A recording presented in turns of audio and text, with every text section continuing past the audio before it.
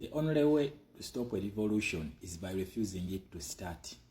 Museveni neona apama akagatto. Ne kagowali ne tugamba lero jajjatibwa avudde mu kagatto.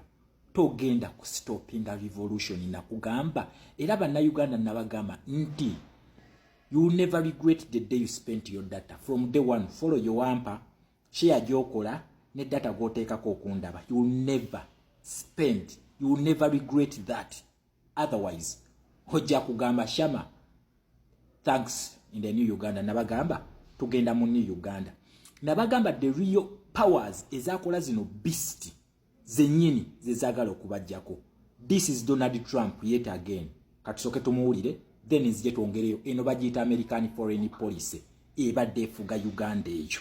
Just watch this tukomawo. $2 million for social and behavior change in Uganda. $8 million to promote LGBTQI+ in the African nation of Lesotho, which nobody has ever heard of. $1.5 million for voter confidence in Liberia, $14 million for social cohesion in Mali, so billions of dollars of fraud.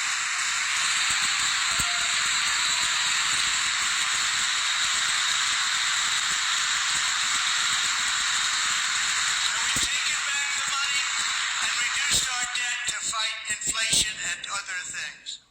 Taken back a lot of that money. We got it just in time. This is just the beginning. The Government Accountability Office, federal government office, has...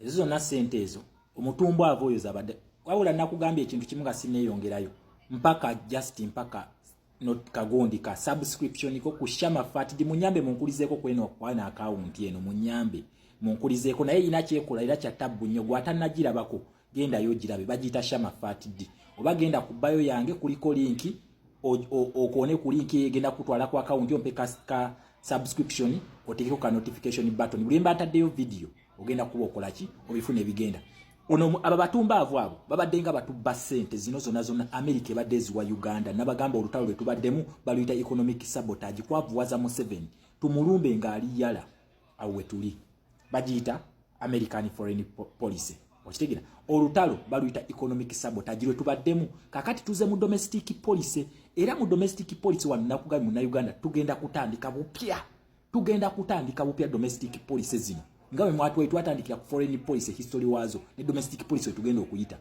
abatumba abo babaddenga bafuna ssente nga bazirya Donald Trump abagambi katandika butandisi wabula ebintu bino bebali mukola Donald Trump byakola agenda kumala abite ata olutalo luno lwaliko nakugambi balwanyisa BRICS bagala kulwanagana na zino nsi zino ezagenze mu BRICS ezagala okuba dola bafaafagane nazo kibali mukola kati Uganda yo bakugambye bakubajjabuzi Kenya bamutaminatinze sente za USAID Kenya naye nga temujjukire Kenya ye nani US NATO ally bibataddewo wali lwaki Kenya bamukoze bati nga Uganda ye patana wa BRICS mugenda kulaba tabu nabagambe bino ebintu birimu okubwa sengona na exceeding na kugaye Museveni bamutayiriza kati mu kintu eki bakita human rights ezo zali mu violating esawe naye nakugamba gwetegereze nnyo democratic avenues zino zetugoberera once they are blocked ekiddako you have to activate human rights.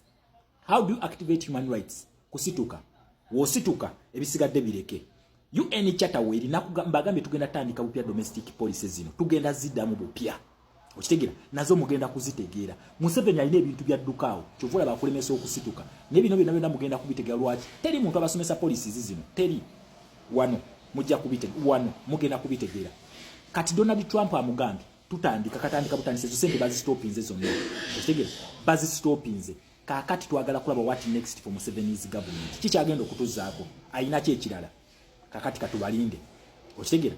Bano bafala bano batubye nga batunyigiza nga bakozesa sente z'abana abasajja ne bagula ebyokulwanyisa na buli kimu. Nga bakwata ebyobugagga byaffe nga babiwaayo. Zino sente zino in return America ebadde efuna byabugagga mu ttaka. Naye ono fala nga ajjanga akugamba bano ffe tetukkiriziganya n'abakolonialist. Ffe tojja tuteeka ku colonialism. Lwaki kati temwogera? Lwaki temwogera? Okitegera. Nabagamba ono kyali addawo n'abeekyangirako ne mulooza nti watabbu nnyo. Museveni is just a cockroach. Kiyenje buyenje. Talina kyali oyo. Nebbanga yonna babadde nga batusiriwaza nze ensonga lwaki nabagamba nze nina obusungu ku Museveni naye nina obusungu bungi nnyo ku opposition y'abalukwago abo bebesi gyabo nze tombuulya kasasiro oyo okitegera abasajja bano batuzannyidde ku mitwe eno omusajja wafuna omusimbi gujja omuyitirivu eno abesijje bajja batusirwalizaako mujje mututule ku luguudo mujje eno woko tuwaaka simanyi woko tu toilet ani gwe mubigambo ebyo kakati ate olunaku olwaliro bebagala mutukole unification nabo tugenda kufaafagana ne kana akasajja kimafia eri najja nakugamba ono tavaako nakalulu democracy ne human rights essaawa eno zebali mukuyitamu okusalako Museveni sente Museveni yazitandikawo Bannayuganda bana basajja bati badde batuzannyira ku bwongo eno bagiyita American foreign policy at play naye nakugambye ne UK ejja okitegera UK ejja ate UK endala mu yo nakugamba UK yeyogera ebigambo bibiri kikola oba kigane kubanga eno erina ekintu kyebayita Commonwealth Charter eyo mugimanyi ebyo sigenda biddamu nabagambye tudda ku domestic policy naye tugenda musoma era nga namutuyita mu charters tugenda kuyita mu charters okitegera ekintu ekyo ono Museveni bino byatutiisa byaddawo n'abatiisa najja nakuwa abaana ekyo kyalina okukola lwaki alina okulemesa okusituka bwayi option kati gyasigaza mu nsi eno tekyali option ndala kulemesa kusituka naye akimanyi nti woositukira akakabeera kaweddemu tasobola kusitula mundu ezo kukuba tasobola ezo nga kati alizotinze ku gangs ezo these foreign policies are stronger than Museveni's constitution nze nabagamba akwa constitution yako nze sikakkiririzamu ate sirikakkiririzamu waka kisiru yakateekawo kuje kubanga endagaano y'olukumi olwenda egamba bafugire mu ndagaano zo naye ng'obafuga ku lwaffe kati we tumulabisizza endagaano ziri ne tuzirabisa ne bamugambako nti yowaaye tuddeyo ku ndagaano eri abantu babuuse kwata obuyinza obuweeyo yadduka mu Russia na China of which Russia ne China tesobola kumutaasa tebasobola kumutaasa kubanga nabo bali basubscribinga ku UN Charter and under UN Charter egamba human rights and what and democracy teri nsi esobola kusuppressinga bannansi nga bagambye nti nedda ensonga lwaki mu revolution teri nakyemalira era olanyisiza bannansi n'amalako noti Museveni ate teri muntu yali adduse mu American foreign policy n'awangalako taliyo tanabeerayo okitegera teri yali esimbye mweno foreign policy ya America n'awangala ekyo tebakikulimba sinnawulirako mu history nti waliyo Commonwealth state eyavuddeyo n'egenda mu Russia sinnagiwulirako Museveni yagenda okusooka mukitegere ekintu ekyo so essaawa yonna nebbanga yonna kano ka Museveni kabadde nga kakugira nga kayambibwako opposition olwokuba nga kakuliyetinga opposition ey'ekisiru nga bakulinnyako eno akasajja kagagga wabula bakulaga nti bakalwanyisa ezo nazo zigenze Uganda bagijiddeko ddala sente nabagamba lino ebbanga libaateekawo we liggwayo bagenda ku kino ekintu tekigenda kusitopinga wabula ffe wetumala okuggyako bano bafala tugenda kuyingira endagaano entuufu n'Amerika ebintu bino bigenda kuddamu Uganda egenda kuddamu efune sente zaayo nga we zirina okujja twekulaakulanye mu nsi yaffe ku resources zaffe ze tulina essaawa eno zibadde zitugasaaki obubbi obwo yessaawa tumalirize abatuusi bano munnayuganda weetegeke ekintu kyenkugambye ekiri ekintu kimu is to activate human rights. How are you going to activate human rights? Kusituka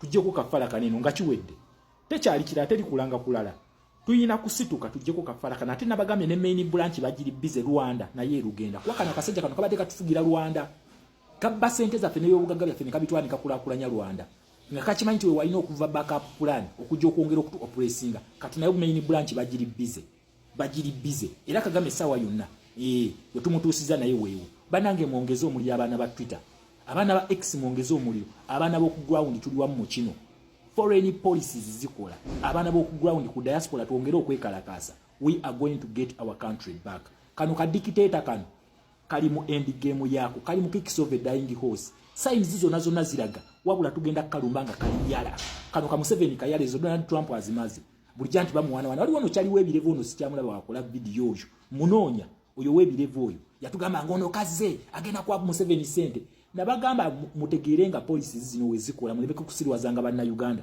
oba tumanyi policies zino wezikola lwaki okola video ebyekisiru katwaki tokyakola simanyi struggle wagivamu njagala munoonyeze kyali omuntu agingire wano munoonya naye okuva Trump yatandika okukola ebintu bino simulabako mumuleete waneno video zino ziraba kumpaka saagala buntu buno butategeera struggle babalira basasule busasuzi kusirwaza abantu wama respect my people tweyongeremu tugenda kujjako